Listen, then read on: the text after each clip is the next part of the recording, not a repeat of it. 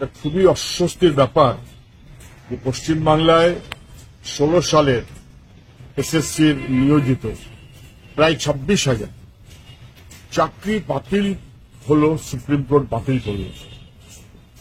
High court এই order দিয়েছিল এবং হাইকোর্ট যা বলেছিল, সুপ্রিম কোর্ট তাকে কার্যত মান্যতা দিয়ে বলল যে এটা এমন ধরনের অপরাধ হয়েছে, দুর্নীতি এত ভয়াবহ এবং গোটা নিয়োগ প্রক্রিয়াকে যেভাবে কলুষিত করা হয়েছে, এটা রিপেয়ার করার মতন কোনো সুযোগ নেই।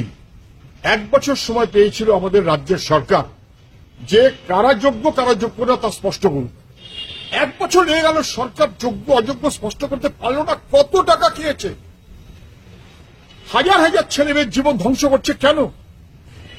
কিছু অযোগ্য অপদার্থ যাদের টাকা নিয়ে চাকরিতে ঢুকিয়েছে রাজ্য সরকার এবং শাসক দল, তাদেরকে রক্ষা করার জন্য যারা যোগ্য তাদেরকে খারিজ করতে হলো।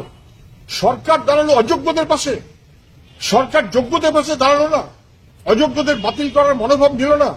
সরকারের অপদার্থতা, তার জন্য এই সমস্ত চাকরি প্রার্থীরা, চাকরিজীবীরা কার্যত তারা বাতিল হয়ে গেল। 3,000, 4,000, 5,000, 6,000 তাদের খারিজ করানো উচিত ছিল।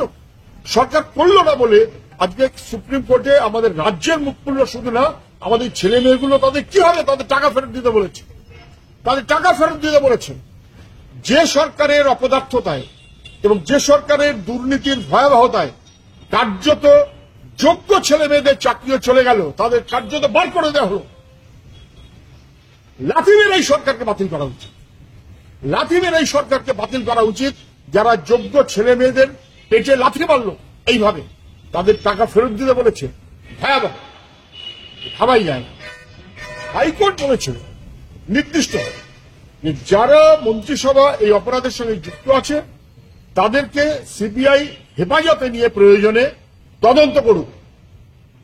সেটাই জরুরি ছিল। সুপ্রিম কোর্ট এখনো সে ব্যাপারে কিছু বলেনি, বরং তাদেরকে অবিলম্বে হেফাজতে নিয়ে হাইকোর্টের অর্ডারকে মান্যতা দিয়ে সুপ্রিম কোর্ট হেফাজতে নিয়ে তদন্ত করতে বলুক।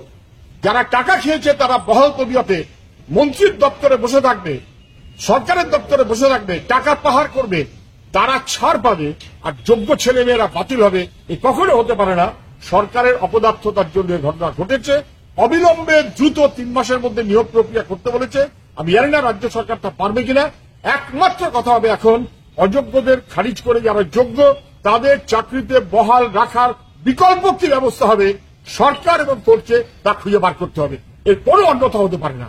দুর্ভাগ্য আমাদের, গোটা রাজ্যটাকে কোথায় নিয়ে গেছে। হাজার হাজার ছেলে মেয়ে যারা কাজ দিতে পারে না, তারা কার্যত পেটে লাথি মেরে রাজ্য সরকারের অপদার্থতা তাদের চাকরি থেকে খারিজ করে দিল। দুর্ভাগ্য।